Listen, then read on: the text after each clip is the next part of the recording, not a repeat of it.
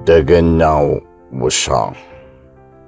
ጸሐፊ አናስ ነማርያም፣ ተራኪ ውብሸት አሰፋ ኃይሌ። ደገኛው ውሻ።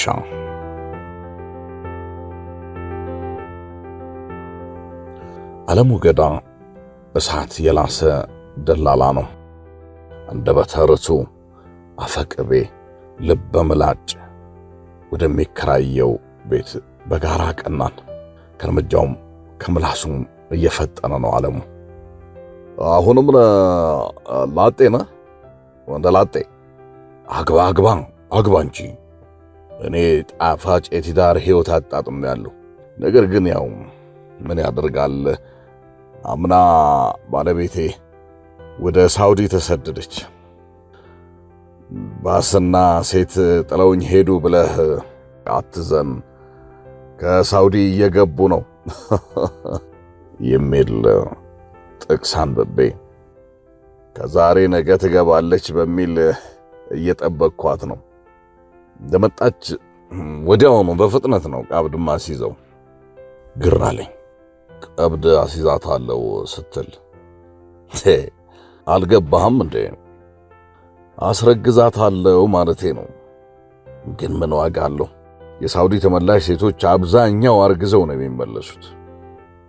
ያንን ሁሉ በረሃና የባህር ላይ ጉዞ ለእርግዝና ነው እንዲያስብላል አንዳንዴ። ለነገሩ ምን ይደንቃል? ንግሥተ ሳባስ ያንን እልህ አስጨራሽ የእስራኤል ጉዞ አድርጋ አርግዛ አይደል እንዴ ተመለሰችው ሲል የነገር ዶፉን አወረደው። ወደ መካከለኛው ምስራቅ የሚደረጉ ጉዞዎች በእርግዝና የመጠናቀቅ ዕድላቸው የሰፋ ነው። ዛሬም ሆነ በዘመነ ሳባ ጥንትም። እናም ያው የሳውዲ ተመላሾች ዳፋ የቤት ክራዩን እንዴት አንሮታል መሰለ። አንተ በጣም እድለኛ ነህ። በ9,000 ብር በጣም ዓለሙ ገዳ ስለ ትዳሩ አውርቶ የሚስቱን ስደት፣ የንግሥተ ሳባን ጉዞ ዝባዝንኬ፣ ያው ይሄ ሁሉ ወሬ ቤት ኪራይ ለመጨመር ነው። በነገራችን ላይ በዚህ ኪራይ ላይ በእርግጠኝነት የ3,000 ብር ፈርቅ ይዞብኛል። እየደረስን ነው። እቺ መታጠፊያዋ ላይ የፊት ለፊት የሚታይህ ቀዩ በር፣ ሰፊው ግቢ፣ ባህር ዛፍ፣ ጽድ፣ እንጆሪ፣ በሚያማምሩ የተዋቡ ዛፎች የተዋበ የምድር ኤደን ገነት ግቢ ውስጥ ነው የምትገባው አለኝ ቀልጠፍ ብሎ። ደረስን። በሩ ላይ ከአደገኛ ውሻ ተጠንቀቁ የሚል በጉልህ ተጽፏል። ቅስሜ ስብር አለ። ውሻ ያለበት ግቢ መግባት እንደማልፈልግ ነግሬው ነበር። ምን ሆነ ነው? ውሻ ያለበት ግቢ መግባት አልፈልግም ብዬህ አልነበረም? አይዞን፣ ውሻው እንደምታየው በሰንሰለት ታስሮ ነው የሚውለው። በዚህ ላይ ደግሞ አልፎ አልፎ ሙዳም ቅንጣቢም ጣል ታደርጋለህ፣ ይለምድሃል። ዓለሙ ገዳ ደላላ ሲባል እንጆሪ፣ የጽድ ዛፍ፣ ያማረ የተዋበ የምድር ኤደን ገነት፣ ምንም ነገር የለም። በተቃራኒው ነው ያገኘሁት። የደረቀ ጉቶ፣ የሚሸት ጥቁር ውሃ በግቢው መሃል አቋርጦ ያልፋል።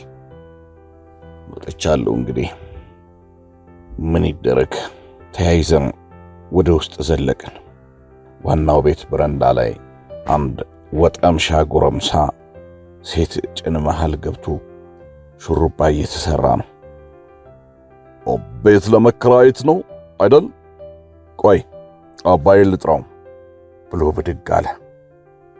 አፍታም ሳይቆይ ተመልሶ መጣ። ይመጣል ጠብቁት ብሎ ወደ ሹሩባ ሰሪዋ አመራ። ጭኗን ፍርክክ አድርጋለች። ቀይ ጭኗ ላይ የኔም የደላላው ዓለሙ ገዳም አይኖች እኩል ተወረወሩ። ምን ተወረወሩ እንደ ማስተሽ ተጣብቀው ቀሩ እንጂ ወጠምሻው እንደ ሶኬት ጭኗ መካከል ገብቶ ተሰካ። ዓለሙ ገዳ በማንሾካሾክ ድምፅ አይታታል። ጭኗን በልጠጥ ስታደርገው በልቃጣ ብልቅጥቅጥ፣ እሱም ሄዶ እንደ ሳንዶች ይወተፋል። የዘቀጠ አውቃታለሁ እኮ እሷ እዚህ አለሌ ቢጤ ነች።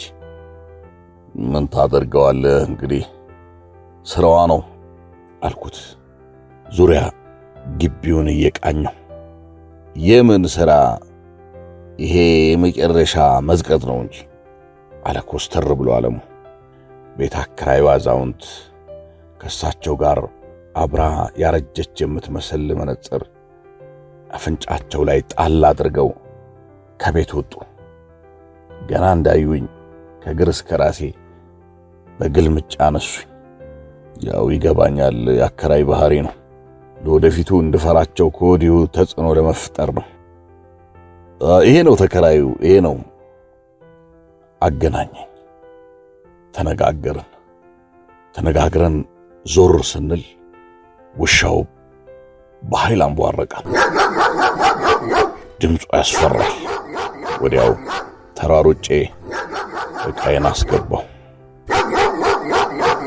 ታኅሳስ 2 ቀን 2006 ዓመተ ምህረት ትንሽ አመሸው። በመጠኑ ለመቀማመስ ወደ 4 ሰዓት ከሩብ አካባቢ ወደ ቤት ስገባ ያው ውሻ አንባረቀብኝ።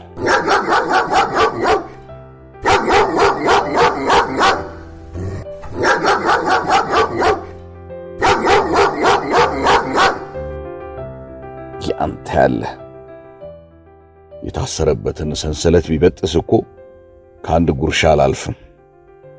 ቀስ ብዬ ወደ በሩ ተጠጋውና ቁልፌን በፍጥነት ከፍቼ ወደ ቤት ገባው።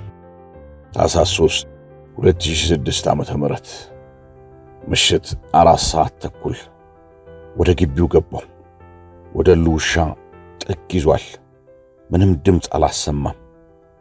የክፍሌ በር ጋር ልደርስ ስል እየጮኸ ወደ እኔ ተንደረደረ። ዱብዳ ብርክ ያዘኝ። እንዴት አድርጌ በሬን ከፍቼ እንደገባው አላስታውስም። በድንጋጤ ብቻ በርሬ አልጋዬ ላይ መውደቄን ነው ማስታውሰው። ቆሌን የገፈፈው ደሞ ይጮኻል። የታ አባቱ ለዚህ የምን ቅንጣቢ ነው አልኩኝ በንዴት። ታኅሳስ 4 2006 ዓመተ ምህረት በጣም አምሽቻለሁ። ወደ 4 ሰዓት ተኩል ሩብ ጉዳይ አካባቢ ከግሮሰሪ ወጣሁ። ግቢ ስደርስ 5 ሰዓት ተኩል ነው። የፊት ለፊቱን በር ከፍቼ ውሻው መጮህ ሲጀምር ከያስኳት ቅንጣቢ ወርወር አደረግኩለት። ጸጥ አለ።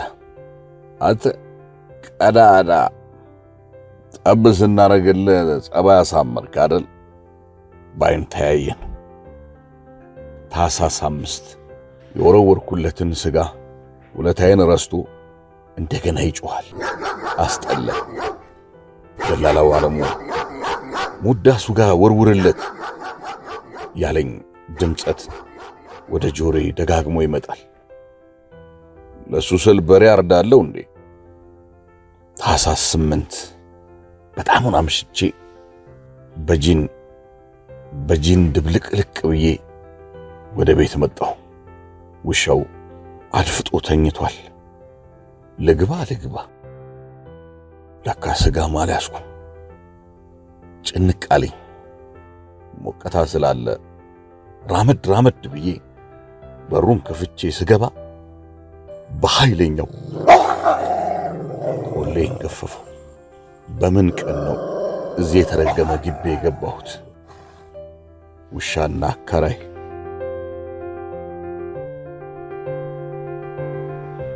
ደገኛው ውሻ።